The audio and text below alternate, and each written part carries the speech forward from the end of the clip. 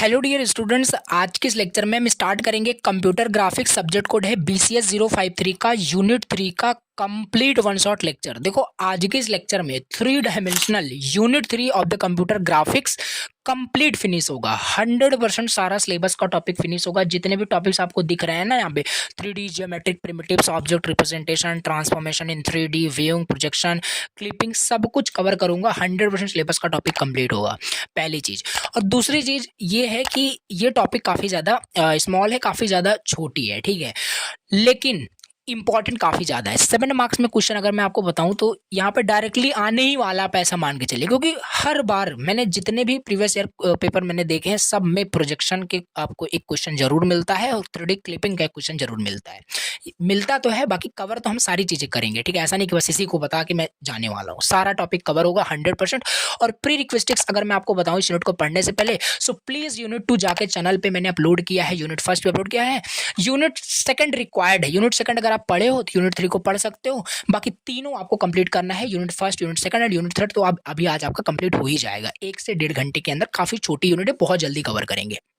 चलो, और स्टार्ट करने से पहले छोटी सी रिक्वेस्ट है, अगर चैनल को फर्स्ट टाइम देख रहे हो तो प्लीज सब्सक्राइब करना, बहुत ज्यादा मोटिवेशन मिलता है अगर आप चैनल को सब्सक्राइब करते हो। एटलीस्ट अपने व्हाट्सएप ग्रुप में से शेयर कर सकते हो, जिससे काफी ज्यादा हेल्प होती है, ठीक है। अदर सब्जेक्ट के भी वन शॉट आप जाके वहाँ पे रीड कर सकते हैं, like database management system, other subjects के जो भी आपको पढ़ने हैं वहाँ पे आप रीड आउट कर सकते हैं। काफी ईजी वे में सारी चीजें मैंने समझा रखी है। सो ये रहा आपका notes 3 dimensional unit 3 computer graphics का। और जो 2 यूनिट के नोट्स हैं मैंने व्हाट्सएप ग्रुप पे ऑलरेडी शेयर कर दिए थे, आपने डाउनलोड किया होगा या व्हाट्सएप ग्रुप को ज्वाइन कर लो। There are thousands of students have already joined our WhatsApp group. वहाँ पे मैसेज करोगे देन आपको नोट्स मिल जाएगा। किसी भी सब्जेक्ट को नोट्स वहाँ पे आप मैसेज करोगे, आपको बहुत सारे स्टूडेंट्स हैं, कोई ना कोई जरूर आपको सेंड कर ही देता है वहाँ पे। तो ये है बेसिकली। अब 3 डायमेंशनल क्या होता है? 2 डायमेंशन आपने पढ़ रखा है, ट्रांसफॉर्मेशन इन 2D आपने पढ़ रखा है, इसलिए मैंने बताया कि ये चीज आपने पढ़ा हो, ट्रांसफॉर्मेशन इन 2D, देन आप 3D पढ़ सकते हो, तो वो देख लेना। मैं मान के चल रहा हूँ आपने वो देखा है बेसिकली। 3D क्या होता है? 3D ओके, देखो सिंपल, ये अभी 3D ट्रांसफॉर्मेशन हम समझेंगे क्या होता है। पहले तो 3D का मतलब समझ लेते हैं ना, क्योंकि यहाँ पे मैं रटाने नहीं आया हूँ, आपको कंसेप्ट समझाने आया हूँ कि सिंपल आपको सारी चीज़ समझ में, हर एक पॉइंट, हर एक वर्ड आपको समझ में आना चाहिए। तो क्योंकि नोट्स तो आपके पास ऑलरेडी रहते हैं, आप रट सकते हो, बट नहीं, क्या मतलब है, रटा रटाया जो भी होता है एग्जाम में काम बिल्कुल नहीं आता, ये तो है, और कहीं काम आ सकता है, ठीक है। तो ये सिंपल चीज़ है। देखो ओरल में आपको कंसेप्ट बताऊंगा। 3D का मतलब क्या होता है? देखो 3D का मतलब होता है, डी मतलब डायमेंशन। अब डायमेंशंस क्या होते हैं? देखो हर एक ऑब्जेक्ट का, हर एक चीज का मतलब कुछ डायमेंशन होता है। डायमेंशन लाइक कुछ हाइट, विथ, डेप्थ, वही होता है डायमेंशन। जैसे आपकी डायमेंशन की बात करें, सिंपल सी भी, आपका कुछ डायमेंशन है, आपकी भी कुछ हाइट है, आपकी भी कुछ विथ है, तो सिंपल सी बात है आपका भी कुछ डायमेंशन है, ठीक है। लेकिन अब मैं बताता हूँ कि 3D का एक्चुअल मतलब क्या होता है। जैसे कि 3D का एक्चुअल मतलब समझते हैं कि 3D का मतलब क्या होता है। देखो अभी तक 3D मतलब कुछ इस तरीके से, अगर आप 2D, अगर आपसे कोई बोलता है 2D क्या होता है, 2D कुछ इस तरीके से आप इमेजिन करते होंगे, this is X, this is Y, this is called 2D। Simple, अभी मैं क्लियर कर रहा हूँ, ये मतलब 2D का सिंपल मतलब समझ में आता था।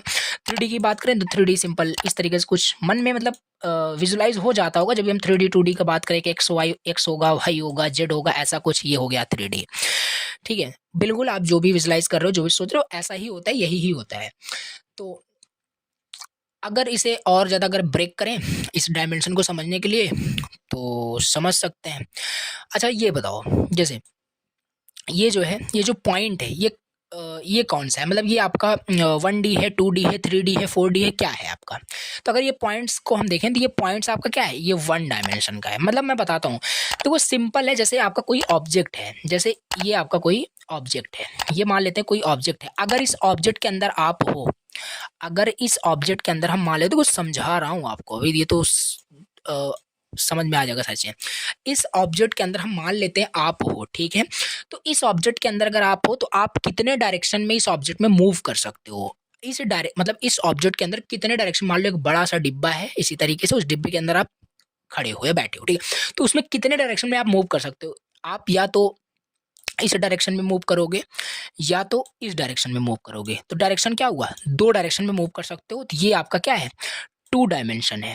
ये 2 डायमेंशन है। और देखो ये इसी तरीके से तो है जो आप दिमाग में सोचते हो एक्स वाई करके, तो ये 2 डायमेंशन है। इधर मूव कर सकते हो, इधर मूव कर सकते हो, 2 डायमेंशन है, ठीक। अब जैसे वही मैंने आपको बताया था, ये आपका मान लो पॉइंट है, इस पॉइंट के अंदर आप हो, ठीक है, इमेजिन करो जस्ट ऐसे, इस पॉइंट के अंदर हो तो कहीं मूव कर सकते हो, कहीं मूव कर सकते हो, मूव नहीं कर सकते हो, तो ये जीरो डायमेंशन का होगा। शायद मैंने 1D बोल दिया था अभी जस्ट, तो ये जीरो डायमेंशन का, यानी हम किसी भी डायरेक्शन में मूव नहीं कर पाएंगे, ठीक है, किसी भी डायरेक्शन में मूव नहीं कर पाएंगे। तो ऐसे आप अपने रूम का भी ले सकते हो, रूम को भी पता कर सकते हो कितने डायमेंशन में आप वहाँ पे देख सकते हो। तो जैसे जैसे रूम, अभी जिस रूम में मैं लेक्चर बना रहा हूँ, तो अगर जैसे जहाँ पे आप अभी पढ़ाई कर रहे हो, तो वहाँ पे भी रूम को भी एनालाइज करोगे, उसका डायमेंशन आप चेक कर सकते हो, मतलब उस रूम में आप कितने डायरेक्शन में मूव कर सकते हो, उस रूम में कितने डायरेक्शन में आप मूव कर सकते हो। तो आप देखोगे आप वहाँ पे 3 डायरेक्शन में मूव कर सकते हो, या कोई भी आप वहाँ पे देख सकते हो, जिस भी अकाउंटिंग आप वहाँ पे एनालाइज कर रहे हो। जैसे वहाँ पे हो सकता है आप एक्स डायरेक्शन में मूव कर पाओ, वाई डायरेक्शन में मूव कर पाओ, और जेड डायरेक्शन में मूव कर पाओ। तो वही है आपका 3D। 3D यही होता है, ठीक है, जितने डायमेंशन मूव कर पाओ। 3D तक ही सीमित नहीं है, 4D 5D बहुत सारे आपके यहाँ पे डायमेंशन के हो सकते हैं ऑब्जेक्ट्स। तो यहाँ पे अब देखो, तो सिंपल अगर हम 2D और 3D की बात करें, 2D और 3D की बात करें, तो दोनों में ज़्यादा बेटर कौन होता है, ज़्यादा अच्छा कौन होता है, अगर हम समझें कि समझना कौन सा हमें, मतलब अच्छे से अगर बात करें।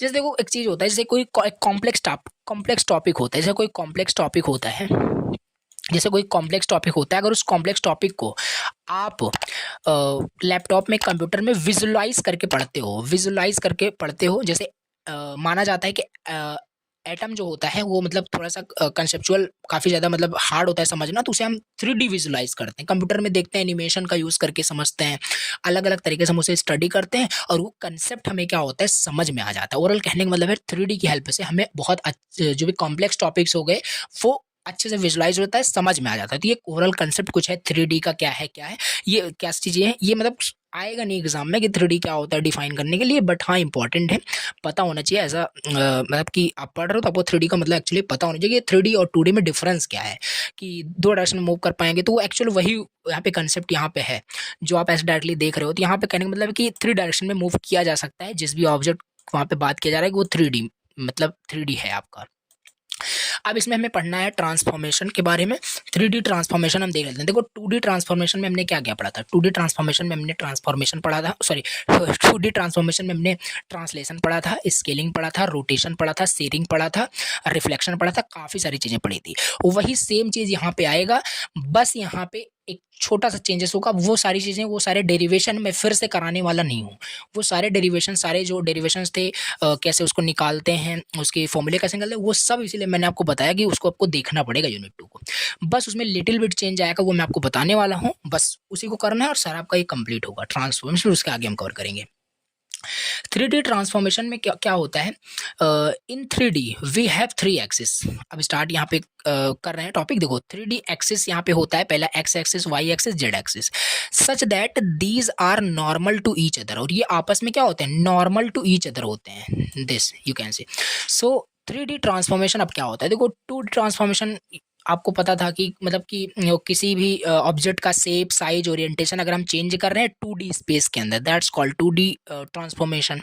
नाउ 3D ट्रांसफॉर्मेशन सेम होगा, किसी भी ऑब्जेक्ट का साइज या पोजीशन या ओरिएंटेशन, शेप कुछ भी चेंज किया जा रहा है, बट 3D ऑब्जेक्ट का किया जा रहा है, 3D स्पेस में किया जा रहा है, वो होगा आपका 3D ट्रांसफॉर्मेशन। 3D ट्रांसफॉर्मेशन जैसे क्यूब जो है आपका, क्यूब जानते ही होगे। सो ये जो होता है क्यूब, ये आपका एक 3D ऑब्जेक्ट का एग्जांपल है, 3D का एग्जांपल है। अब इसी के ऊपर हम ट्रांसलेशन, स्केलिंग, रोटेशन सब कुछ करेंगे, तो ये हमारा 3D ट्रांसफॉर्मेशन हो जाएगा, ठीक। तो ये सिंपल चीज़ है। अब यहाँ पे हम 3D ट्रांसलेशन देखते हैं। 3D ट्रांसलेशन में तो ट्रांसलेशन का मतलब ऑलरेडी आपको आता है, यूनिट 2 आपने देखा है, मान के चल रहा हूँ, तो समझ फिर से हम वही लिखा है कि मतलब ट्रांसलेशन का मतलब कि एक चीज़ को दूसरी जगह शिफ्ट कर देना, उसके पोजीशंस को, बट उसके शेप एंड साइज में चेंज नहीं होना चाहिए, शेप एंड साइज में चेंज नहीं होना चाहिए। और इसकी मैंने बहुत अच्छी अच्छी एनालॉजी भी आपको बताई थी, यूनिट 2 में जाके देखोगे 3D ट्रांसलेशन का, कि एक कार जैसे मूव करता है रोड पे, तो वो भी एक ट्रांसलेशन ही हो रहा है, एक जगह से दूसरे जगह मूव करता है, बट उसका साइज चेंज नहीं होता है, उसका शेप चेंज नहीं होता है, वो प्लीज़ देखना उसे। अब वही रिपीट यहाँ पे नहीं आपको मिलेगा, बाकी वही है आपका 3D ट्रांसलेशन, की शिफ्ट करना है एक ऑब्जेक्ट को किसी दूसरे एक प्लेस से दूसरे प्लेस पे 3D स्पेस में। तो मैट्रिक्स रिप्रेजेंटेशन क्या होगा, मैट्रिक रिप्रेजेंटेशन उसका याद ही होगा आपको क्या होता था, तो वही सेम है। इसमें सिंपल करना क्या है, यहाँ पे चेंजेस मैं बताता हूँ कि क्या चेंजेस मैं आपको बोल रहा था कि वो लिटिल चेंजेस आपका छोटा सा होगा और इस तरीके से आपका 3D कंप्लीट होगा। तो इसमें क्या करोगे, वहाँ पे आप क्या करते थे, वहाँ पे आप नोट करोगे, वहाँ पे 2x2 का सारा मैट्रिक्स आप बना रहे थे, जो भी आप ट्रांसफॉर्मेशन पढ़े थे उसमें 2x2 के मैट्रिक्स में आप रिप्रेजेंट करते थे। यहाँ पे आप 3x3 के मैट्रिक्स में आप रिप्रेजेंट करोगे, ठीक है, 3x3 के मैट्रिक्स में रिप्रेजेंट करोगे। और एक आपका क्या होता है, एक आपका एक डमी वेक्टर आप ऐड करोगे। देखो यहाँ पे ये सब याद करना पड़ेगा आपको कि मैट्रिक्स रिप्रेजेंटेशन ये होता है, मैट्रिक्स रिप्रेजेंटेशन ये होता है जिसमें एक्स डैश नए कोऑर्डिनेट्स हमें अगर निकालने हैं, X dash Y dash Z dash और ये 1, तो ये इसका हो जाएगा। और ये D X D Y D Z क्या है, ट्रांसलेशन वेक्टर है, शिफ्ट वेक्टर है, और ये हमारे ओरिजिनल पॉइंट्स हैं। और ये 0 0 1 ये लास्ट में क्या है, ये होमोजीनियस कोऑर्डिनेट सिस्टम बनाने के लिए। अब ये सब क्या होता है बताया, इसलिए बार बार बोला कि यूनिट 2 आप पढ़े हो, तो ये सब बताया था मैंने आपको। तो क्या है कि ये होमोजेनस कोऑर्डिनेट सिस्टम है, जैसे कि मैट्रिक्स को हम जो भी इसके रोज कॉलम है इसको इंक्रीज कर दे जिसका कैलकुलेशन फास्ट हो सके, ठीक। तो ये 3D ट्रांसलेशन का ये मैट्रिक्स रिप्रेजेंटेशन आपको याद होगा, देन इस पे आप न्यूमेरिकल बेस्ड कर सकते हो, न्यूमेरिकल सॉल्व कर सकते हो। फिर इसी तरीके से हमारा 3D स्केलिंग हो गया। चेंजिंग द साइज, स्केल का मतलब क्या होता है, साइज चेंज कर देना, छोटा या बड़ा। Changing the size of object in 3D space, in 3D space that's called 3D scaling. Scaling का क्या होता है, सिंपल मैट्रिक्स रिप्रेजेंटेशन। फिर से बोल रहा हूँ, प्लीज़ 2D पढ़ लेना, देन समझ में आएगा, नहीं तो आप बोलोगे कि क्या ही समझा रहे हैं, वो समझ में ही नहीं आ रहा है, क्योंकि आपने 2D ट्रांसफॉर्मेशन पढ़ा ही नहीं है। 2D पढ़ के आओ और देन ये 3D वाली यूनिट देखो, 100% 200% मैं गारंटी देख साथ कर रहा हूँ, सब कुछ समझ आएगा, क्योंकि वहाँ पे मैं एनालॉजी एग्जाम्पल बहुत डिटेल से बताया था। अब वही चीज़ यहाँ फिर से रिपीट करें, ये सही नहीं होगा। तो मैट्रिक्स रिप्रेजेंटेशन यहाँ पे देखो इसका हो जाएगा 3D स्केलिंग का, सेम वही चीज़। और ये लास्ट वाला 1 0 0 क्या है बताओ, ये होमोजेनस कोऑर्डिनेट सिस्टम बनाने के लिए हमने डमी वेक्टर को ऐड किया जिससे कैलकुलेशन फास्टर हो सके। और S X S Y S Z क्या है, S X S Y and S Z क्या है, ये स्केलिंग वेक्टर है। जैसे यहाँ पे D X D Y D Z क्या था, ट्रांसलेशन वेक्टर था, ये स्केलिंग वेक्टर है, ठीक। तो ये हो गया। अब 3D रोटेशन देख लेते हैं इसी तरीके से। 3D रोटेशन क्या होता है, 3D रोटेशन ये इंपॉर्टेंट है, ये इंपॉर्टेंट है, इस पर न्यूमेरिकल आता है, इसको भी हम देखने वाले हैं। सो रोटेशन मतलब कि रोटेट करना एक ऑब्जेक्ट को उसके ओरिजिन से, ठीक है। लेकिन यहाँ पे 3D रोटेशन की मैं बात कर रहा हूँ, एक्स वाई जेड इस ओरिजिन से क्या करना है, इसको रोटेट कर देना किसी भी एंगल से, वही होता है आपका 3D rotation. Each axis has its own rotation matrix, हर एक एक्सिस का, एक्स एक्सिस का, वाई एक्सिस का, जेड एक्सिस का, हर एक एक्सिस का अपना एक रोटेशन मैट्रिक्स होता है, रोटेशन यहाँ पे मैट्रिक्स होता है। तो हाँ, हम यहाँ पे थे रोटेशन अबाउट एक्स। अब यहाँ पे तीनों का आपको मैट्रिक्स रिप्रेजेंटेशन आपको याद होना चाहिए। जैसे आर एक्स का देखो, ये बिल्कुल आपको रिमेंबर होगा, तभी तो इस पर आप बेस न्यूमेरिकल सॉल्व कर पाओगे। और आपने ऑलरेडी ये सब निकालना अगर सीखा है, डेरिवेशन इसका सीखा जो कि मैंने करा रखा है इन यूनिट 2, तो कर ही पाओगे आप न्यूमेरिकल सॉल्व। तो आर एक्स का यहाँ पे देखो मैट्रिक्स रिप्रेजेंटेशन क्या होगा, मैंने डायरेक्टली लिख लिया है। इसका डेरिवेशन भी मतलब इंपॉर्टेंट तो नहीं है, बाकी ये फॉर्मूले इंपॉर्टेंट है। तो ये इस तरीके से इसका देखो, आर एक्स का क्या है, मैट्रिक्स मानी रोटेशन अबाउट एक्स एक्सिस, इसका रिप्रेजेंटेशन है ये चीज। रोटेशन अबाउट वाई एक्सिस, ये इसका रिप्रेजेंटेशन है, मैट्रिक्स रिप्रेजेंटेशन है। आर जेड यानी रोटेशन अबाउट जेड एक्सिस, ये इसका हो जाएगा। अगर थोड़ा सा मैं इसमें एक्सप्लेन करूं कि क्या है कैसे ये हो गया, तो जैसे रोटेशन अबाउट एक्स एक्सिस कर रहे हो ना, तो एक्स एक्सिस सेम रखना है, देन ये चीज़ आपको कॉस थीटा साइन थीटा ये कैसे आया, ये इसका डेरिवेशन आपको समझना पड़ेगा। और डायरेक्टली तो आप यूनिट 3 देख नहीं रहे हो, यूनिट 2 आपने कंप्लीट किया ही है, तो समझ में आ रहा होगा कि ये चीज़ कैसे आ गई, ठीक। और किसी भी पॉइंट में ये समझ में नहीं आया कि ये कॉस थीटा साइन थीटा कैसे आया, now you need to complete first unit 2, then okay ये पढ़ोगे। तो ये सिंपल हो गया, rotation about X axis Y axis then Z axis. अब 3D रिफ्लेक्शन देख लेते हैं, ये भी एक ट्रांसफॉर्मेशन का ही है। तो ये भी ट्रांसफॉर्मेशन है, यहाँ पे 3D रिफ्लेक्शन मतलब फ्लिप करना एक ऑब्जेक्ट को over a plane like X Y Y Z Z X plane को फ्लिप कर देना। फ्लिप मतलब जैसे कि इसका भी मैंने एनालॉजी आपको दिया था प्रीवियस यूनिट में, जिसमें कि रिफ्लेक्शन मतलब कि जैसे आप मिरर में खुद को देखते हो, मिरर में अगर आप खुद को देखते हो तो क्या होता है, दैट्स ऑल्सो अ रिफ्लेक्शन, आप खुद को देखते हो। तो यहाँ पे फ्लिप हो जाता है एक ऑब्जेक्ट को, मतलब कि किसी भी ऑब्जेक्ट का 180 डिग्री रोटेशन ही रिफ्लेक्शन कहलाता है। आप अपने आप को मिरर में देखते हो तो वो क्या होता है, आपका रोटेशन हो जाता है 180 डिग्री, तभी दिखता दिखता है आपका, वहाँ पे पूरा रिफ्लेक्ट होते हो आप, ठीक है। सो एक्स वाई प्लेन के लिए ये आपका फॉर्मूला है, एक्स वाई प्लेन के लिए, वाई जेड के लिए, जेड एक्स के लिए, ये सारे फॉर्मूले हैं। ओके, अब इसके बाद आगे देख लेते हैं। जैसे एक मैंने बताया था कि 3D ट्रांसफॉर्मेशन में एक क्वेश्चन जहाँ तक है कि फिक्स ही होता है एग्जाम में ना, क्योंकि हर बार ये वाला क्वेश्चन तो मैं जहाँ तक जानता हूँ ये क्वेश्चन आपका बहुत ज़्यादा इंपॉर्टेंट है, बहुत ज़्यादा ये आपका इंपॉर्टेंट है, पूछा गया है कई बार। So for the given matrix से दिया गया है, for the given matrix first apply, आपको बोला है पहले अप्लाई करो एक रोटेशन 45 डिग्री का, फिर फर्स्ट अप्लाई करो रोटेशन 45 डिग्री का वाई एक्सिस के साथ, और उसके बाद फिर by rotation 45 degree X axis, then determine करो रिजल्टेंट मैट्रिक्स, ये कुछ दिया है। तो क्या करना है, रोटेशन अबाउट पहले बोला Y axis theta is equal to 45 degree, तो रोटेशन अबाउट वाई एक्सिस, तो रोटेशन का ये फॉर्मूला आपको याद होना चाहिए, रोटेशन अबाउट वाई एक्सिस, यही सेम चीज़ वहाँ पे लिखा होगा, देखो रोटेशन अबाउट वाई एक्सिस, कुछ नहीं है, बहुत इसी न्यूमेरिकल्स आते हैं।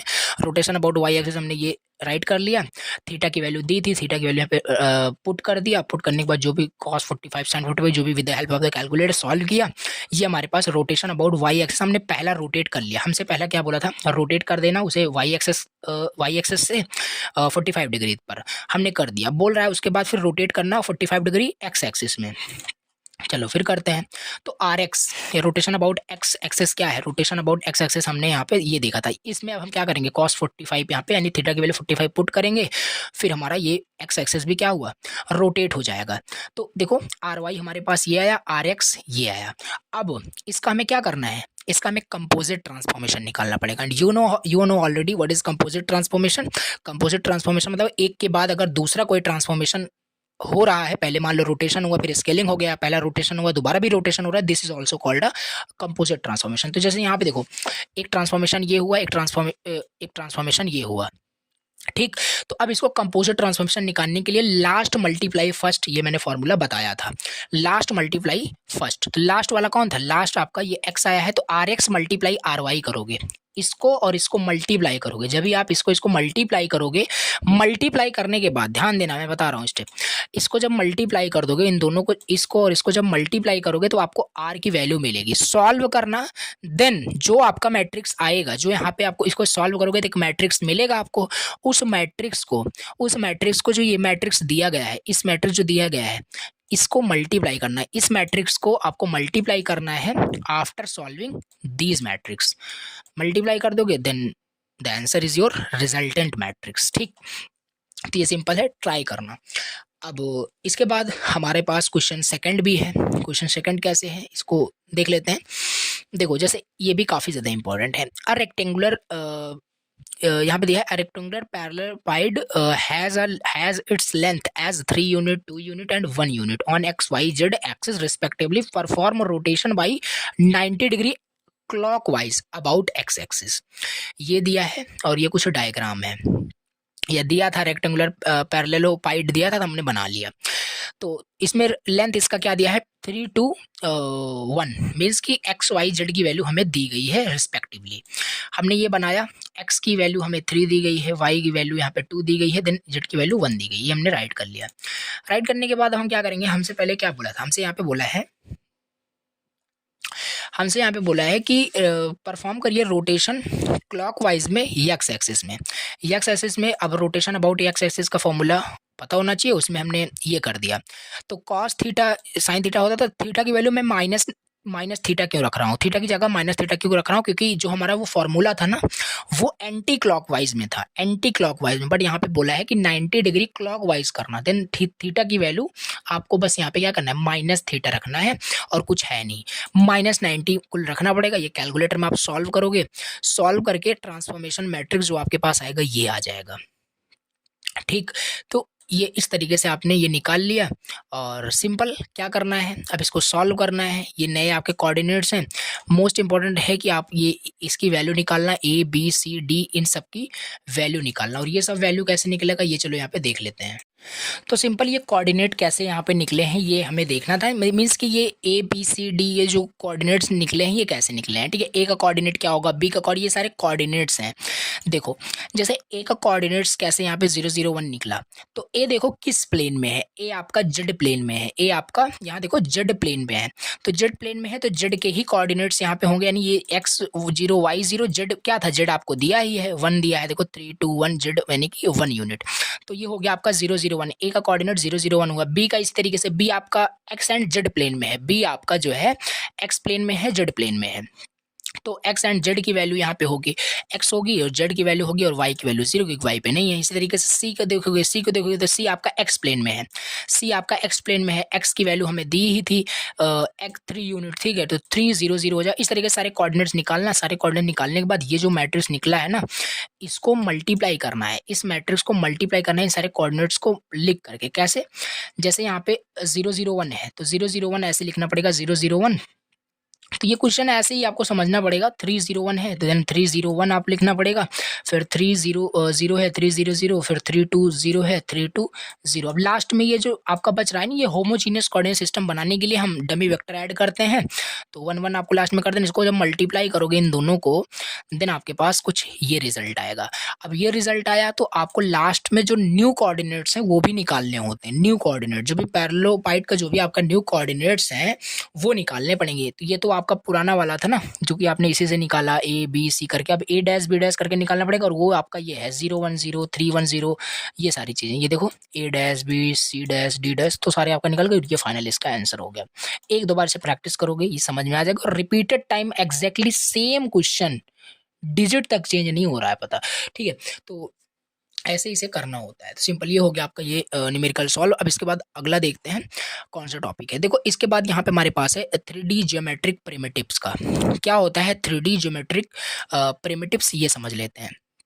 तो कुछ नहीं, 3D ज्योमेट्रिक प्रिमिटिव्स का सिंपल मतलब होता है कि बेसिक बिल्डिंग ब्लॉक्स जिसका यूज़ करके जो कॉम्प्लेक्स शेप्स होते हैं ना उसको हम बना सकते हैं, बस यही है। जैसे 3D मतलब हमने आपको बताया 3D ऑब्जेक्ट मतलब जैसे कोई 3D ऑब्जेक्ट है, जैसे ये देखो 3D ऑब्जेक्ट क्या, 3D ऑब्जेक्ट आपका ये क्यूब है, 3D ऑब्जेक्ट आपका ये क्यूब है।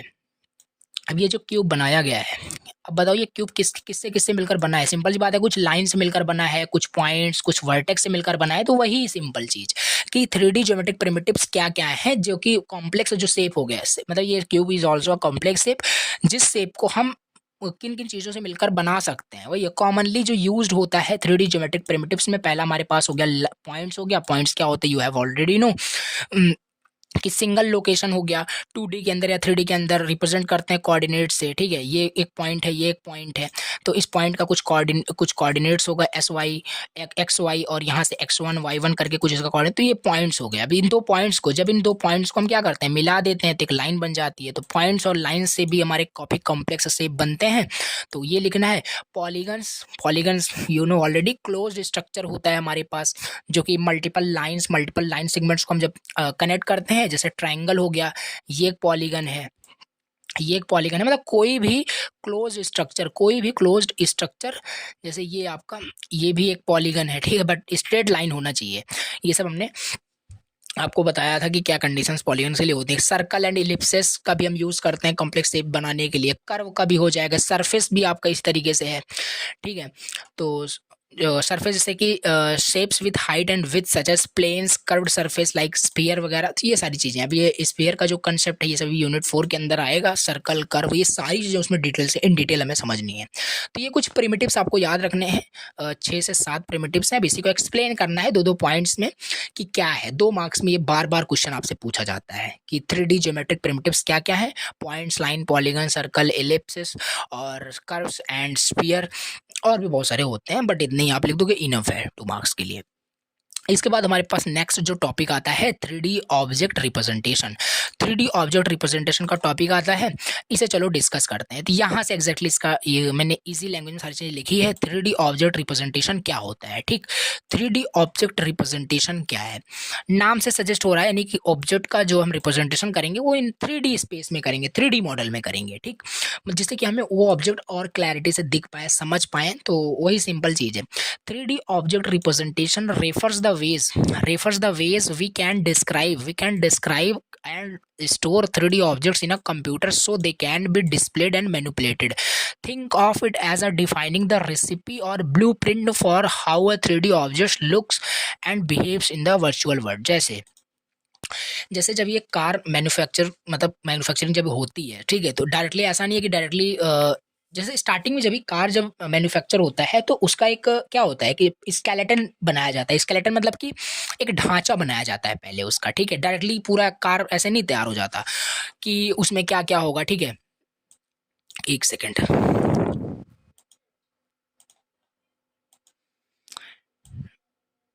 ठीक है।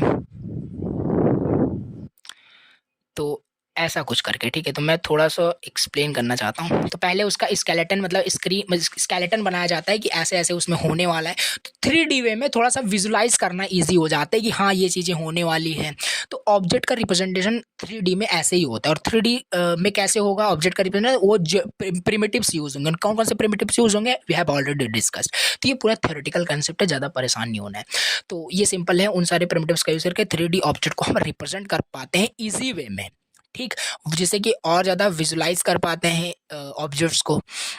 इम्पॉर्टेंट क्यों है ये 3D ऑब्जेक्ट रिप्रेजेंटेशन, आखिर हमें करना ही क्यों है? क्योंकि computer don't see objects like we do. They need clear instructions and how to represent shapes and structures, whether it is a cube, a car, जैसे एग्जांपल ही दिया बिल्डिंग।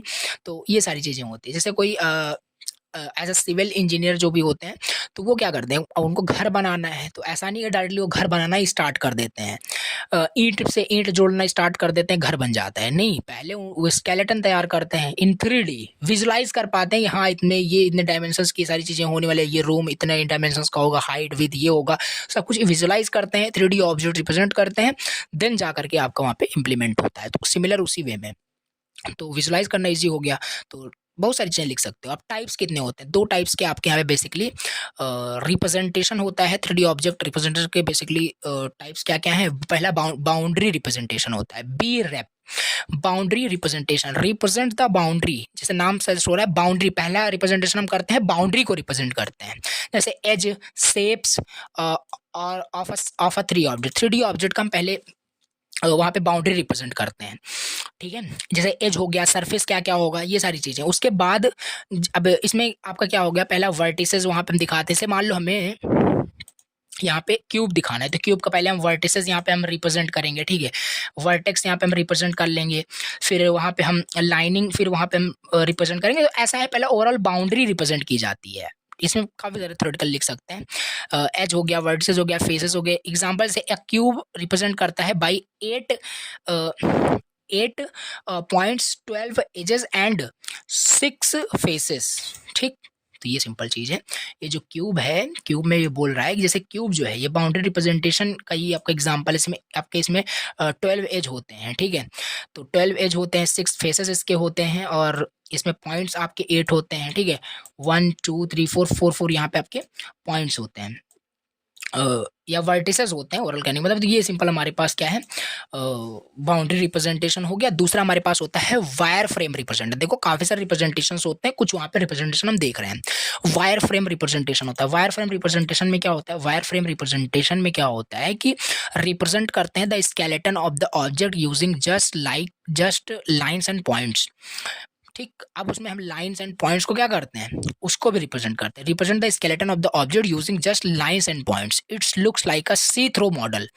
मतलब जैसे फॉर कंस्ट्रक्टिंग अ बिल्डिंग क्या होता है कि wire frame भी रिप्रेजेंटेशन भी हम कर सकते हैं। उसका हम पहले एक स्केलेटन बना लेते हैं, जैसे भी कार का एग्जांपल दिया था, लाइनिंग का यूज़ करके, पॉइंट्स का यूज़ करके, वर्टेक्स का यूज़ करके हमने क्या किया, एक स्केलेटन तैयार कर लिया। उसके बाद भी ओवरऑल ये डिफरेंट रिप्रेजेंटेशन है 3D मॉडल के अंदर, बहुत सारे टाइप्स के कर सकते हैं। जैसे a cube shown as 12 lines connecting its word से like a 3D skeleton, it is easy to visualise the overall structure, simple.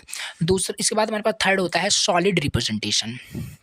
Solid representation क्या है, सॉलिड रिप्रेजेंटेशन क्या करता है, फोकस करता है on what's inside the object. Solid representation मतलब कि एक्चुअली आपका फिर यहाँ से रिप्रेजेंटेशन दिखता स्टार्ट हो जाता है कि एक्चुअल में ऑब्जेक्ट दिखेगा कैसे। Focus on what's inside the object, not just its surface. Surface और स्केलेटन अब नहीं, अब सॉलिड यानी एक्चुअल ऑब्जेक्ट आपको दिखेगा। So it's in solid representation दो मेथड होते हैं सॉलिड रिप्रेजेंटेशन में। पहला होता है कंस्ट्रक्टिव सॉलिड जियोमेट्री यानी CSG या वॉक्सेल रिप्रेजेंटेशन। पूरा थ्योरेटिकल कंसेप्ट है, थोड़ा सा रीड करोगे समझोगे तो समझ में आएगा। तो कंस्ट्रक्टिव सॉलिड जियोमेट्री हमारे पास क्या होता है, ये मेथड्स होते हैं किसमें का, यहाँ पे सॉलिड रिप्रेजेंटेशन का। अब ये क्या करता है, बिल्ड करता है objects by combining basic shapes like cube, sphere और using operations like union, intersection. अब डिफरेंट डिफरेंट ऑब्जेक्ट का जोड़ते जाएंगे, इंटरसेक्ट करते जाएंगे, यूनियन करते जाएंगे, तो एक प्रॉपर आपका एक ऑब्जेक्ट मतलब क्रिएट होता है, ऑब्जेक्ट बिल्ड होता है। तो ये आपका CSG में हो जाएगा constructive solid geometry. Voxel representation हो जाएगा divides the object into a grid of टिनी cubes like pixels in a 3D। अब इसके बाद हमारे पास फोर्थ है सॉलिड रिप्रेजेंटेशन के बाद फोर्थ जो टाइप से 3D ऑब्जेक्ट रिप्रेजेंटेशन का, that is polygonal representation. Polygonal representation represent करता है द ऑब्जेक्ट यूजिंग पॉलीगन्स यानी ट्रायंगल्स, यानी इसमें जो ऑब्जेक्ट है उसको पॉलीगन का यूज करके रिप्रेजेंट करते हैं।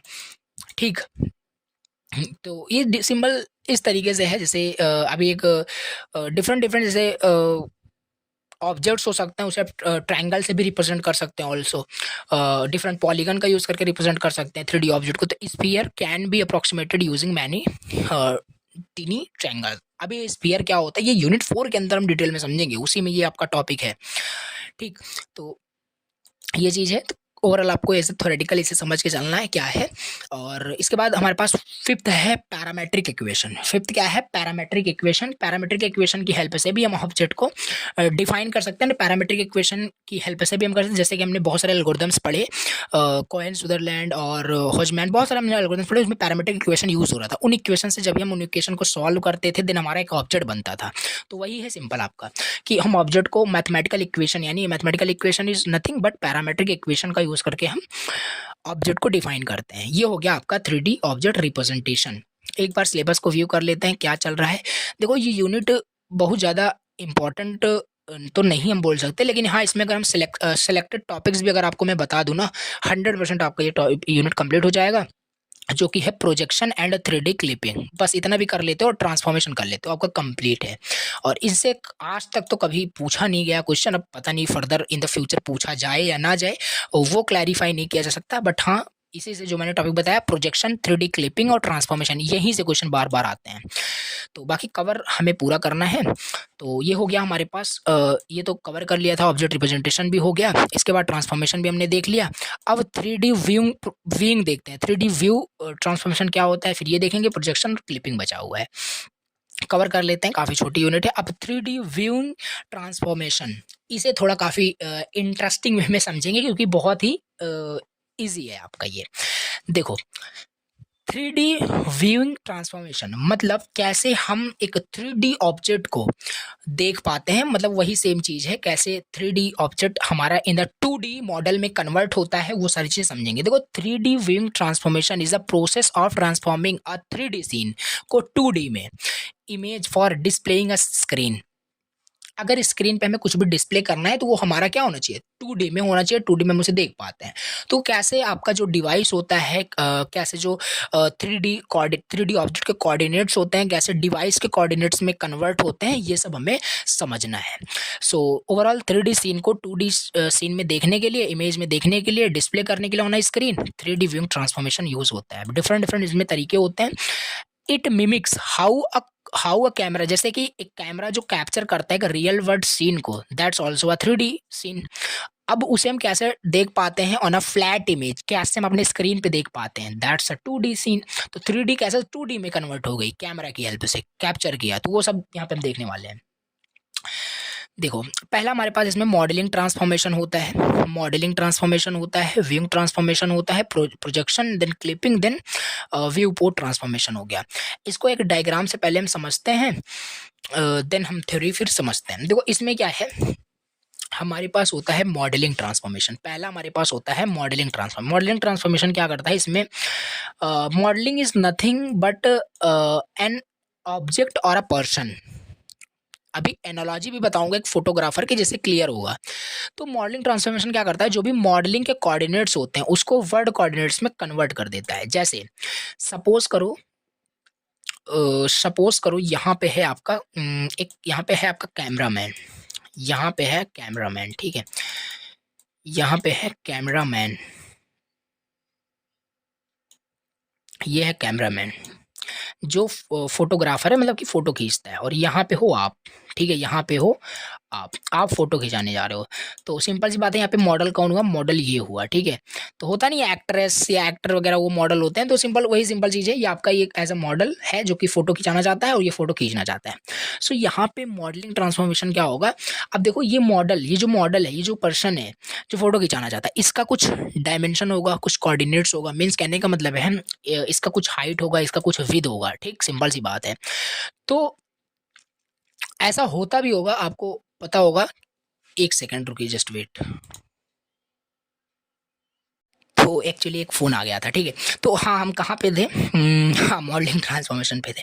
ओवरऑल यहाँ पे क्या हुआ कि एक सेकंड, हाँ, ये इसका कुछ हाइट होता है, इसका एक सेकंड पूरा डिस्टर्ब हो जाता है। देखो इसका, इस मॉडल का कुछ हाइट होता है, कुछ विड्थ होता है, और ये कैमरामैन जब भी, अब तो कभी होता भी है ऐसा, देखो रियल में ऐसा होता है, जैसे मान लो आप किसी की फ़ोटो खींचते हो, तो वो पर्सन पूरा कैमरे में नहीं आ पाता, वो पर्सन पूरे कैमरे में नहीं आ पाता है, ठीक है। तो आप करते क्या हो, जैसे मान लेते हैं इस पर्सन की आपको, आप पूरी फ़ोटो खींच रहे थे, इस पर्सन की पूरी फ़ोटो खींच रहे थे, बट ये पर्सन कैमरे में नहीं आ पा रहा है। तो इसको बोलते हो आप, कैमरामैन से बोलता है कि आप बैठ जाइए, या आप मतलब ऐसा कुछ करता है कि पूरा कैमरे में वो आ जाए, ठीक है। तो ओवरऑल कहने का क्या मतलब है कि जो इसका जो डायमेंशन है वो अकॉर्डिंग टू द अपना मतलब सेट करता है, मतलब उसे वर्ड कोऑर्डिनेट्स में उसे कन्वर्ट करता है, मतलब इतना खाली आपको मान के चलना है, अभी मैं बताता हूँ। मॉडलिंग ट्रांसफॉर्मेशन क्या करता है, जो भी मॉडल के जो भी कोऑर्डिनेट्स होते हैं उसे वर्ड कोऑर्डिनेट्स में सेट कर देता है। अब इसका 1 मिनट थोड़ा आओ और इसे एलिब्रेट करें, क्या कर देता है, समझ में तो नहीं आया आई थिंक। देखो, the object in a 3D scene, 3D scene में जो ऑब्जेक्ट्स होते हैं are defined in their on local coordinate system, LCS, model coordinates, ठीक। जो 3D सीन, जो ऑब्जेक्ट्स होते हैं 3D सीन में, वो डिफाइंड होते हैं इन their on local coordinate system में। तो उनको पोजीशन करने के लिए ऑब्जेक्ट्स को इन 2D सीन, मतलब कैप्चर करने के लिए, मतलब वर्ड कोऑर्डिनेट सिस्टम में, क्योंकि WCS में कोई ऑब्जेक्ट रहेगा तभी हम उसे मतलब देख पाएंगे। तो think of placing different piece of furniture in a room, each piece has its size and position, but we need them all in one common room space. Simple, जैसे कुछ फर्नीचर होते हैं रूम में, जैसे चेयर हो गया, table हो गया, उनका अपना एक कुछ डायमेंशन होता है, अपना उनका कुछ कोऑर्डिनेट्स होते हैं, ऑन उनका मतलब लोकल कोऑर्डिनेट सिस्टम, मतलब उनके खुद के कुछ डायमेंशंस, कुछ हाइट विड्थ होती हैं, ठीक है।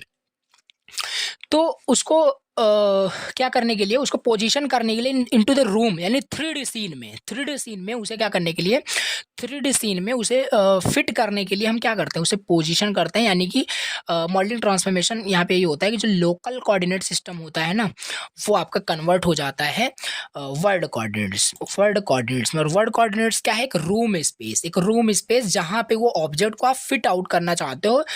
We need them all in one common space, that is nothing but room space. वो 3D पूरे रूम स्पेस में उसे सेट करना चाहते हो, ठीक।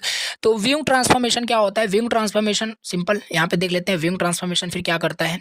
व्यूइंग ट्रांसफॉर्मेशन क्या करता है, जो वर्ड कोऑर्डिनेट्स कन्वर्ट होकर के आए उसे क्या करेगा, व्यू कोऑर्डिनेट्स में कन्वर्ट करता है, व्यू कोऑर्डिनेट्स में व्यूइंग ट्रांसफॉर्मेशन कन्वर्ट कर देता है। वो डायग्राम याद रखना। अब इसके बाद यहाँ पे देख लेते हैं व्यू ट्रांसफॉर्मेशन क्या है। The world coordinates are transformed into view coordinate based on the position and orientation of the camera और व्यूअर, ठीक। तो इसमें क्या हुआ, जो हमारे पास कोऑर्डिनेट सिस्टम्स थे, यानी कि जो भी वर्ड कोऑर्डिनेट्स थे, वो व्यू कोऑर्डिनेट्स में हमारे पास कन्वर्ट हो चुके हैं। तो यानी एग्जांपल ले सकते हो, एडजस्ट करना your camera to focus on a specific part of the scene, like zooming in और zooming out a particular corner of the room. ये सिंपल चीज़ है। तो ये देखो, अभी इसका एक एनालॉजी लेते हैं, जैसे फोटोग्राफर वाला बताया, समझ में आएगा। बाकी इसमें क्लियर इतना ही आपको याद रखना है और कुछ नहीं। ये जो भी कैमरामैन होता है, जब भी वो ध्यान से देखो, जब भी आप फोटो खिंचाते हो कैमरे को सेट आउट करता है, ठीक है। जो भी डिफरेंट पार्ट ऑफ द, जो भी आपका 3D सीन होता है, जो भी ऑब्जेक्ट को कैप्चर करना होता है, उसे अपने कैमरे के अकॉर्डिंग, यानी व्यू कोऑर्डिनेट्स में उसे सेट करता है। जो भी वर्ड कोऑर्डिनेट्स होते हैं, वो व्यूइंग ट्रांसफॉर्मेशन में क्या होता है, किस में कन्वर्ट हो जाता है, व्यू कोऑर्डिनेट्स में। तीसरा हमारे पास होता है यहाँ पे प्रोजेक्शन ट्रांसफॉर्मेशन। अब प्रोजेक्शन ट्रांसफॉर्मेशन क्या करता है, प्रोजेक्शन ट्रांसफॉर्मेशन का मतलब होता है जो 3D सीन होता है वो फ्लैटेंड हो जाता है into 2D display on A screen, और वो देन डिस्प्ले होता है प्रोजेक्शन की हेल्प से, प्रोजेक्शन की हेल्प से देन वो डिस्प्ले होता है। To convert the 3D world, to convert the 3D world into a 3D image while maintaining a sense of depth or accuracy. Imagine taking a photo. Imagine taking a photo of a building. The result is a 2D flat image, but the depth of the building is still noticeable. तो इसमें ये कह रहा है कि जैसे जब भी आप कैप्चर करते हैं किसी भी बिल्डिंग की फ़ोटो, ठीक है, देन नोटिस करते हैं कैसे उस 3D बिल्डिंग को आप कैप्चर कर पाते हो अपने इन 2D फ्लैट इमेज पे। तो बट फिर भी उसका जो डेप्थ होता है उसको अगर आप देखते हो तो आप फिर भी आप उसे नोटिस कर पाते हैं। तो प्रोजेक्शन अभी समझ में आएगा डिटेल में, जब मैं आपको बताऊंगा इसका डायग्राम की हेल्प से तो थोड़ा सा क्लियर होगा। तो प्रोजेक्शन ट्रांसफॉर्मेशन यही होता है आपका कि जो भी 3D सीन है उसे 2D सीन में ये कन्वर्ट कर देता है with the help of the projection transformation. Projection transformation मतलब कि जो भी व्यू कोऑर्डिनेट्स हैं वो प्रोजेक्शन कोऑर्डिनेट्स में कन्वर्ट हो चुके हैं। और अगर थोड़ा सा भी यहाँ से अगर यहाँ तक अगर आपको कुछ समझ में नहीं आया, ठीक, तो कोई दिक्कत नहीं। आई बटन में एक आपको लिंक आ रही होगी, ठीक है, आई बटन में एक वीडियोस की लिंक आ रही होगी, डिस्क्रिप्शन में भी लिंक है, उस वीडियोस को पर्टिकुलर वीडियोस को देख लेना, ये कंसेप्ट आपका क्लियर हो जाएगा, ठीक है। तो थोड़ा सा मैं आपको एक्सप्लोर करने के लिए दे रहा हूँ क्योंकि समझ में आएगा, अगर नोट्स में अच्छे से आपको समझ नहीं आया तो उसको देख लेना, कंसेप्ट आपका ये वाला क्लियर हो जाएगा, ठीक है, व्यूइंग ट्रांसफॉर्मेशन का। तो ये हो गया। इसके बाद प्रोजेक्शन का हमने देखा, फिर क्लिपिंग का देखा, फिर इसके बाद क्लिप होता है। जैसे जब भी हम फोटो, जो भी वहाँ पे फोटोग्राफर का एग्जांपल हमने लिया था, फोटोग्राफर क्या कर रहा है, फोटो खींच रहा था, तो फोटो खींच रहा है तो वहाँ पे वो जूम आउट जूमिंग करता है, नहीं किस पार्ट को मतलब खींचना है किस पार्ट को नहीं। जैसे कि मान लो 3D रूम स्पेस में मैंने बताया था कि क्या क्या है, वहाँ पे फर्नीचर रखा हुआ है, तो अब उस फर्नीचर की फ़ोटो चाहिए, पूरे रूम की फ़ोटो नहीं चाहिए, तो उस पे ज़ूम करेगा, उसको क्रॉप करेगा, कट करेगा, तो क्लिप करता है। तो वही parts of the scene outside of the camera field वो सब उसे क्लिप किया जाता है, तो रिमूव किया जाता है। तो ये चीज़ आपका क्लिपिंग हो गया। When you crop an image to focus on the main subject and remove unwanted edges, ये हो गया। व्यू पोर्ट ट्रांसफॉर्मेशन क्या होता है, now this is important. View port transformation क्या है, व्यू पोर्ट ट्रांसफॉर्मेशन का सिंपल मतलब ये है कि the 2D image is scaled and mapped to fit within the displayed screen like monitor, camera और विंडो और एनी आउटपुट डिवाइस में। कि जो आपका वो प्रोजेक्शन कोऑर्डिनेट्स थे, प्रोजेक्शन जो कोऑर्डिनेट्स थे अब वो आपके डिवाइस पे दिखेंगे with the help of viewing transformation device coordinates में। जो भी डिवाइस का कोऑर्डिनेट्स होगा उसके अकॉर्डिंग आपका वो फोटो, जैसे आप एक फोटो को जब भी मान चलते हैं, ये थोड़ा सा आपका क्लियर होगा। देखो जैसे एक आपका जो फोटो होता है, जब भी आप उसे मोबाइल में देखते हो तो आपके मोबाइल के height and view height and with के हिसाब से, व्यू पोर्ट के हिसाब से वो आपको फोटो दिख जाता है। जब भी उस फोटो को मान लो जो आजकल के जो स्मार्ट वॉच होते हैं उसमें जब भी देखते हो तो वो फोटो उसमें भी आपको फुल ही दिखती है, बट काफ़ी उसमें आपका उस डिवाइस के, उस पर्टिकुलर डिवाइस के कोऑर्डिनेट्स के हिसाब से दिखते हैं। तो यहाँ पे वही है किस तरीके से व्यूइंग ट्रांसफॉर्मेशन मतलब हो रहा है, किस तरीके से व्यू पोर्ट ट्रांसफॉर्मेशन हो रहा है to ensure the final image, to ensure the final image fits properly on the output device. Adjust करना the size of a photo to fit perfectly on a web page और a phone screen. यहाँ पे देखो analogy कुछ बताई गई है, जैसे मॉडलिंग ट्रांसफॉर्मेशन का मतलब है कि अरेंज करना फर्नीचर को in a room, that's modelling transformation. जैसे किसी के फोटो आप खींचने जा रहे हो तो उसे आप अरेंज कराते हो कि किस तरीके से आपको खड़ा होना है, किस तरीके से बैठना है, क्या चीज़ है, दिस इज मॉडलिंग ट्रांसफॉर्मेशन। जैसे कि उसकी फोटो इन उसके कैमरे के कोऑर्डिनेट्स के हिसाब से आ पाए। व्यूइंग ट्रांसफॉर्मेशन मतलब कि adjust the camera positions and angle. Then projection transformation में क्या होता है, take a photo converting the 3D room into a flattened image. फिर क्लिपिंग करते हो, क्रॉप करते हो, फिर व्यू पोर्ट ट्रांसफॉर्मेशन में रिसाइज हो जाएगा वो फोटो, फिट हो जाएगा, फिट इन अ ट्रांसफॉर्मेशन, पूरे डिवाइस पे वो मैप हो जाता है। तो ये कुछ डायग्राम आपको याद रखना है।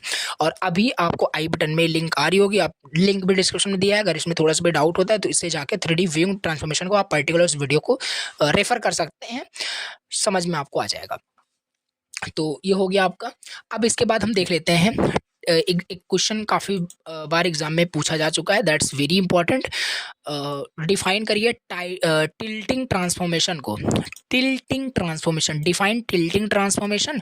Does the order of performing rotation, जो ऑर्डर है किसका, रोटेशन परफॉर्म करने का जो ऑर्डर है, क्या वो मैटर करता है कि नहीं करता है, मैटर करता है कि नहीं करता है।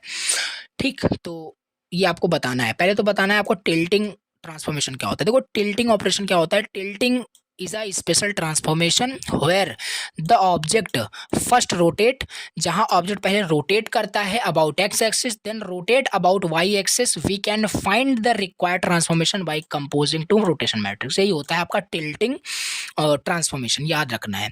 टिल्टिंग कुछ नहीं है, स्पेशल ट्रांसफॉर्मेशन ही होता है जिसमें हम पहले क्या करते हैं, ऑब्जेक्ट को रोटेट करते हैं अबाउट एक्स एक्सिस, फिर उसी ऑब्जेक्ट को हम वाई एक्सिस के अबाउट हम रोटेट कर देते हैं, और इस रोटेशन को, इस ट्रांसफॉर्मेशन जो हमने लगातार एक्स एंड वाई एक्सिस किया, इसी को हम टिल्टिंग ट्रांसफॉर्मेशन कह रहे हैं।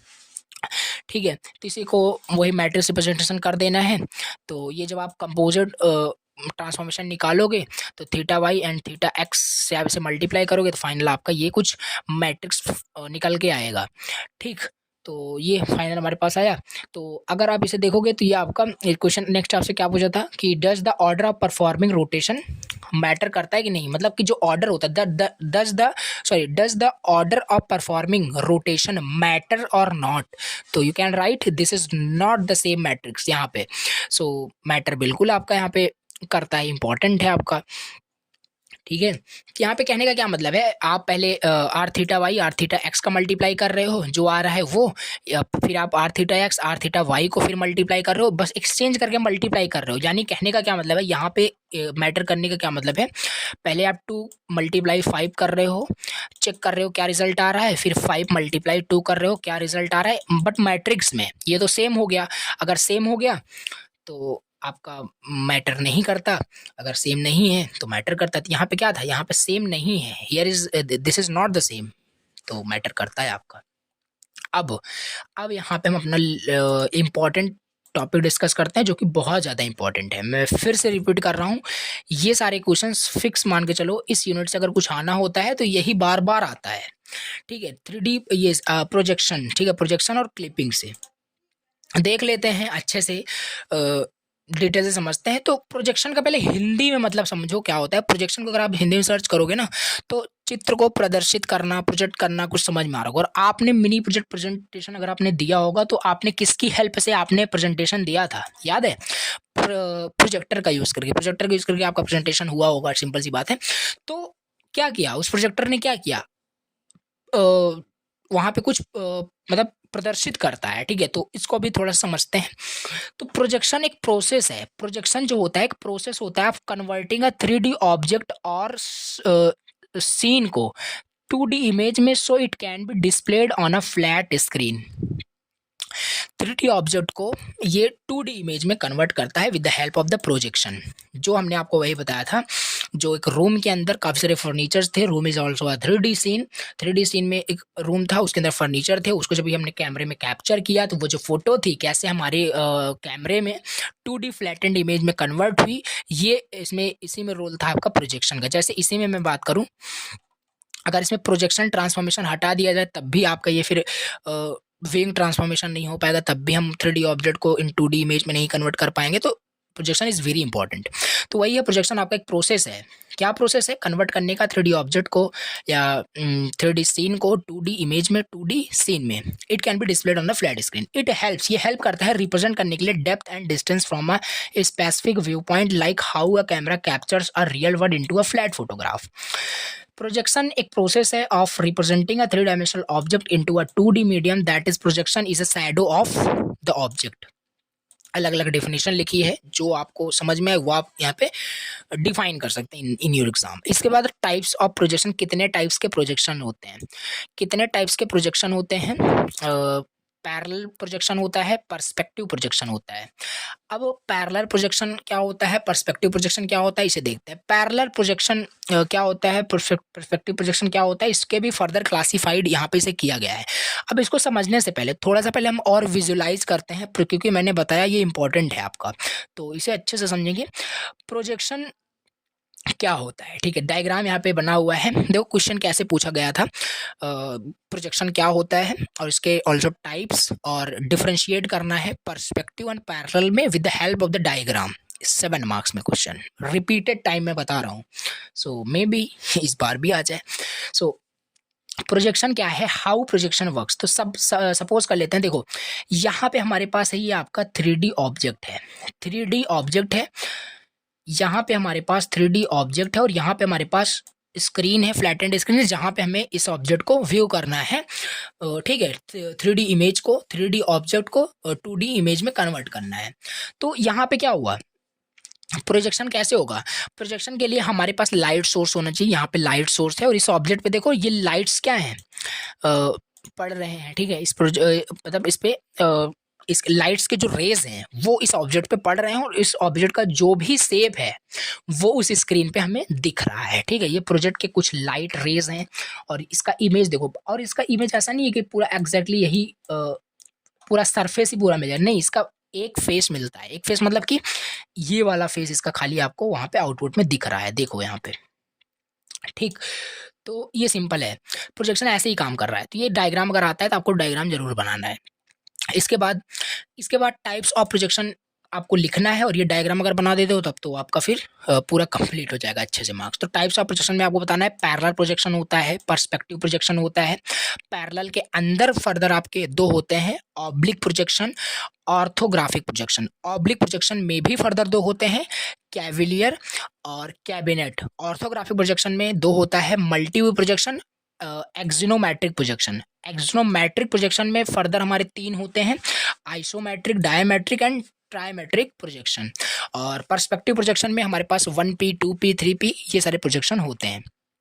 तो हमें यहाँ पे कौन कौन से हमें देखना है सिलेबस में, कौन बार बार पूछा जाता है और कौन इंपॉर्टेंट और कौन पढ़ना है। Parallel projection, perspective projection, orthogonal, oblique, ये सारे हमें कंप्लीट करना है, और ये सारे तीनों कंप्लीट करने हैं बस, तो प्रोजेक्शन फिनिश हो जाएगा। अब इसके बाद पैरेलल प्रोजेक्शन देख लेते हैं। पैरेलल प्रोजेक्शन क्या होता है, कुछ नहीं, जो भी प्रोजेक्शन आपका हो रहा है, प्रोजेक्शन में जो भी लाइट रेज आपके जा रही हैं, वो आपके लाइट रेज क्या है, पैरेलली जा रही हैं, ठीक है, वही आपका parallel projection. In parallel projection all projections lines rays are parallel to each other and do not converge at a point।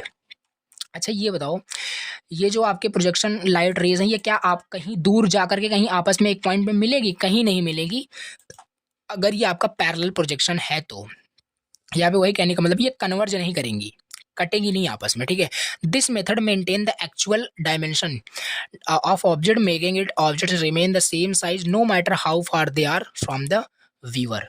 तो ये पैरेलल प्रोजेक्शन हो गया। टाइप्स कितने होते हैं पैरेलल प्रोजेक्शंस के, पहला हमारे पास होता है ऑर्थोग्राफिक प्रोजेक्शन, दूसरा क्या था, एक्सोनोमेट्रिक प्रोजेक्शन, ठीक है।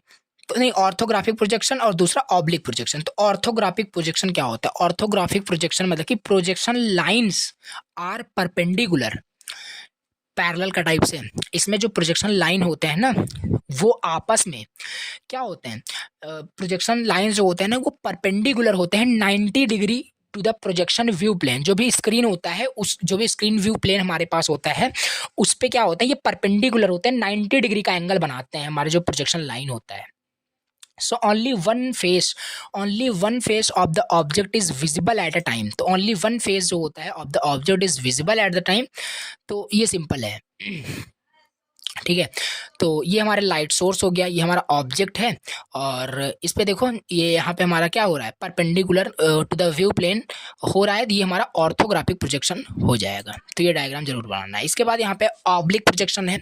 ऑब्लिक प्रोजेक्शन का सिंपल मतलब है कि प्रोजेक्शन लाइन्स जो होते हैं ना are at an angle to the projection plane not at perpendicular, मतलब किसी भी एंगल पे आपके वो व्यू प्लेन से हो सकते हैं, प्रोजेक्शन प्लेन पे पर किसी भी एंगल पे हो सकते हैं, बट इंपॉर्टेंट पॉइंट ये है कि वो परपेंडिकुलर नहीं होंगे, यानी 90 डिग्री तो नहीं बनाएंगे, और चाहे जितने बना सकते हैं। तो ये ऑब्लिक प्रोजेक्शन हो गया। Allow you see multiple faces to the object front and top. और इस प्रोजेक्शन में क्या होता है ना कि आप एक फेसेस को नहीं देखते, जैसे अभी तक आप देख रहे होगे एक फेसेस को आप देख पा रहे हो, यहाँ पे आप मल्टीपल फेसेस को देख पाते हो, ऑब्जेक्ट का टॉप, फ्रंट, बॉटम जो भी है, मल्टीपल फेसेस को आप देख पाते हो ऑफ द ऑब्जेक्ट, ठीक है। अब इसके भी फर्दर आप टाइप्स लिख सकते हैं। ऑब्लिक प्रोजेक्शन में आपका क्या होता है, कैबिनेट एंड कैवेलियर आपका ये प्रोजेक्शन होता है। तो अब दूसरा हमारे पास है, ये पैरेलल हो गया आपका। दूसरा होता है पर्सपेक्टिव प्रोजेक्शन। पैरेलल प्रोजेक्शन आपको समझ में आया कि जो लाइट रेज होते हैं वो पैरेलल होते हैं ऑफ द प्रोजेक्शन, जो भी रेज होते हैं उसको पैरेलल होते हैं, वो आपका पैरेलल प्रोजेक्शन हो गया। लेकिन अब पर्सपेक्टिव को समझते हैं। पर्सपेक्टिव प्रोजेक्शन क्या होता है? In perspective projection the projection line converge करता है एट अ सिंगल पॉइंट। यहाँ पे पैरेलली आपके सारे लाइट रेज नहीं होते, ये कन्वर्ज करता है। कन्वर्ज मतलब वही जो मैंने आपसे बताया था कि लास्ट में जाके मिलेगी कि नहीं, तो यहाँ पे मिलता है पॉइंट्स। और जो पॉइंट्स जाके मिलता है, जहाँ पे ये कन्वर्ज होता है, उस पॉइंट को हम क्या कहते हैं? कन्वर्ज रेफरेंस पॉइंट बोल सकते हो उसे। Converge projection reference point, converge projection reference point आप बोल सकते हो, और इसी को वैनिशिंग पॉइंट भी हम बोलते हैं। सो ये सिंपल है। In perspective projection the projection line converge करता है एक सिंगल पॉइंट पे, जिसे हम वैनिशिंग पॉइंट कहते हैं। Scene displayed using perspective projection appear more realistic. This is the way out eyes a camera lens for the image. तो ये कुछ देखो यहाँ पे डायग्राम बना सकते हो, जैसे रेलवे ट्रैक जो होता है, रेलवे ट्रैक जो होता है, एक सा एग्जांपल अगर लो, रेलवे ट्रैक जो होता है आपने देखा होगा काफ़ी दूर से ऐसे, मतलब सिंगल, मतलब आपको लगता है कि वो पैरेलल आपका है, बट एट द पॉइंट वो लास्ट में जाकर के कुछ इस तरीके से वो कन्वर्ज हो जाती हैं। अब ऐसे नहीं मिल जाती, बट हाँ अब नोटिस करते होंगे वो कन्वर्ज हो जाती हैं। तो वो क्या है आपका? वो भी आपका एक टाइप का, मतलब प्रोजेक्शन तो नहीं है, बट हाँ उस मतलब इमेजिन कर सकते हैं कि इस टाइप का कुछ यहाँ पे है कि कन्वर्ज करने का क्या मतलब है। और जहाँ पे जाकर के वो ट्रैक आपके गायब होते हैं, वैनिशिंग पॉइंट मतलब वही होता है आपका। सो ये सिंपल है। टाइप्स कितने होते हैं पर्सपेक्टिव प्रोजेक्शन के? टाइप्स कितने होते हैं? तो आपके 3 टाइप्स होते हैं, बताया मैंने आपको, 1P और 2P 3P, यानी 1 perspective projection, 2P perspective projection और 3P आपका यहाँ पे। So one point perspective projection क्या होता है? मतलब कि कन्वर्ट जो कर रहा है वो एक पॉइंट पे कर रहा है, 1 पॉइंट, यानी तो यही हो गया आपका ये, ठीक। तो ये सिंगल वैनिशिंग पॉइंट, एक सिंगल वैनिशिंग पॉइंट होता है, तो वो 1 पॉइंट पर्सपेक्टिव प्रोजेक्शन होगा। और यहाँ पे वही 2 आपका हो जाएगा, 2 वैनिशिंग आपका पॉइंट होता है। और यहाँ पे तो आपका 3 वैनिशिंग पॉइंट हो जाएगा, 3 वैनिशिंग पॉइंट पर्सपेक्टिव प्रोजेक्शन। तो जैसे कि टॉल बिल्डिंग को जब भी आप देखते हो from the ground, then you can notice कि वहाँ कैसे आपका 3 वैनिशिंग पॉइंट्स आपको दिखते होंगे। तो कुछ ये डायग्राम की हेल्प से आप अच्छे से एग्जाम में राइट कर सकते हैं। अब इनमें देखो डिफरेंस भी लिखने को है। अगर आपको इन सारी चीज़ें समझ में आ गई, पैरेलल पर्सपेक्टिव क्या होता है, जिसमें वही सब आपको पैरामीटर के वैसे पे लिखना है। प्रोजेक्शन लाइन क्या होता है, पैरेलल होता है, कन्वर्ज करता है, तो वही सारी चीज़ें लिखनी है, नोट्स में रहेगा, प्लीज़ आप रीड आउट करना, ठीक। तो ये हो गया। अब इसके बाद हम अपना अगला टॉपिक देखते हैं, 3D क्लिपिंग। आपका प्रोजेक्शन का सारा जो टॉपिक है कंप्लीट हो गया, और ऐसा ही क्वेश्चन आपको थ्योरेटिकली बस लिखना होता है, with the help of the diagram explain करना होता है। तो ये आपका प्रोजेक्शन हो गया। अब लास्ट टॉपिक हमारे पास है क्लिपिंग का। क्लिपिंग इन 3D, यानी 3D ऑब्जेक्ट को कैसे हम क्लिप करते हैं ये समझते हैं। क्लिपिंग को बहुत अच्छे से मैंने आपको बताया था 2D के अंदर ही, यहाँ पे भी वही है। 3D clipping is the process of cutting और removing parts of a 3D object this lies outside of a viewing area, जो कि आउटसाइड जो लाई कर रहा है उसे क्लिप कर देता है। This ensure that only the visible parts of the 3D scene are rendered to the 2D screen. ये सारी चीज़ें समझ में आ रही होगी, मैंने क्लिपिंग आपको बहुत डिटेल से बताया था वहाँ पे। क्यों नीड है क्लिपिंग की? सिंपल सी बात है, क्यों नीड है? क्योंकि इफिशिएंसी हमें इंप्रूव करनी है। By discarding parts of the scene we can not we save processing time. Unnecessary अगर हम पार्ट्स को भी कैप्चर कर रहे हैं, प्रोसेस कर रहे हैं, तो व्यूइंग ट्रांसफॉर्मेशन में ज़्यादा प्रोसेसिंग टाइम लगेगा, टाइम वेस्ट होगा, तो इफिशिएंसी कम हो जाएगी। मेंटेन रखने के लिए क्लियर एंड करेक्ट व्यू को, तो क्लिपिंग इंपॉर्टेंट है। फोकस ऑब्जेक्ट को ही हम वहाँ पे दिखाते हैं, शो करते हैं इन 2D इमेज में। सो 3D क्लिपिंग वर्क कैसे करता है? पहले तो हम डिफाइन करते हैं व्यूइंग वॉल्यूम को। व्यूइंग वॉल्यूम को हम डिफाइन करते हैं, मतलब कि कौन सा एरिया हमें देखना है, उसका वॉल्यूम क्या है, वो सब हम डिफाइन करते हैं। फिर ऑब्जेक्ट्स अगेंस्ट वॉल्यूम, फिर हम ऑब्जेक्ट को देखते हैं कि कितना ऑब्जेक्ट जो है वो बाहर है उस वॉल्यूम से, फिर हम एडजस्ट करते हैं ऑब्जेक्ट के बाउंड्रीज को। तो इस तरीके से ये आपका 3D क्लिपिंग वर्क करता है। Types of clipping, 3D clipping की बात करें तो पहला हमारे पास पॉइंट क्लिपिंग हो गया, लाइन क्लिपिंग हो गया, पॉलीगन क्लिपिंग हो गया, और वॉल्यूम क्लिपिंग हो गया, ठीक है। ये क्वेश्चन जो मैंने आपको बताया था कैसे पूछा जाता है, इस तरीके से देखो कितना ज़्यादा इंपॉर्टेंट यहाँ पे मैंने लिखा हुआ, क्योंकि बार बार पूछा जा रहा है ये क्वेश्चन। 3D क्लिपिंग एक्सप्लेन करो। What are the problems are encountered in the perspective projection. तो देखो ऑल्सो अगर आपको ये 3D क्लिपिंग आता है ना, तो इसको टाइप्स डायग्राम की हेल्प से बता देना है, क्योंकि देखो क्वेश्चन हमसे क्या पूछा है, एक्सप्लेन करो 3D क्लिपिंग ओनली, हमने एक्सप्लेन कर दिया। टाइप्स भी आप बता सकते हो, एक्सप्लेन कर सकते हो, ये सब मैंने आपको 2D में बताया था, पॉइंट क्लिपिंग, लाइन क्लिपिंग और ये पॉलीगन क्लिपिंग क्या होता है डिटेल से बताया, तो वही सब आपको यहाँ पे इन बस 3D ऑब्जेक्ट का यूज करके आपको बस एक्सप्लेन करना है।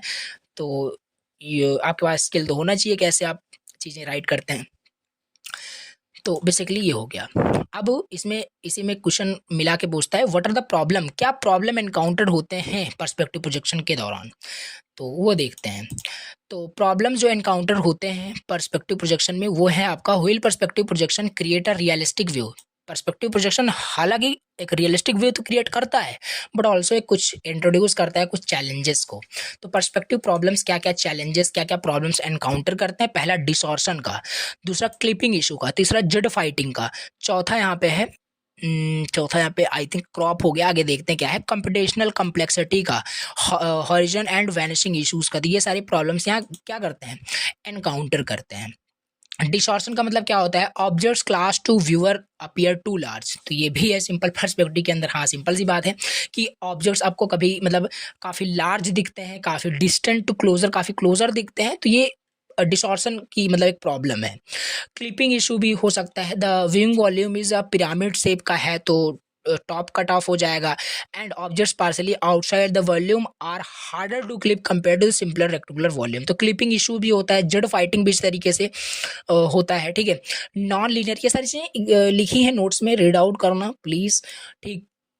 इजी वर्ड में सारी चीज़ें लिखी हैं, समझ में आ जाएगा, कोई दिक्कत नहीं। नॉन लीनियर मैपिंग भी आपका ये एक जो नीचे यहाँ पे क्रॉप हो गया था ना, ये है नॉन लीनियर मैपिंग। तो नॉन लीनियर मैपिंग, क्योंकि जो आपका ये पैरेलल जो आपका देखो जैसे यहाँ पे डिफरेंस में मैंने आपको शायद लिखा होगा, पैरेलल जो प्रोजेक्शन होता है ना ये लीनियर ट्रांसफॉर्मेशन होता है, और पर्सपेक्टिव में एक प्रॉब्लम ये भी होता है कि ये नॉन लीनियर ट्रांसफॉर्मेशन हो जाता है। तो नॉन लीनियर मैपिंग होती है, यहाँ पे वही लिखा है नॉन लीनियर मैपिंग।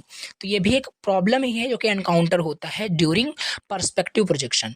और कंप्यूटेशनल कॉम्प्लेक्सिटी भी इस तरीके से हो जाएगा, हॉरिजन एंड वैनिशिंग इश्यूज भी है हमारे पास, ठीक। तो देखो ये सारे हैं, सारा कुछ थ्योरेटिकल कंसेप्ट है, ओवरऑल आपका ये पूरा जो है यूनिट हो गया है फिनिश, ठीक है।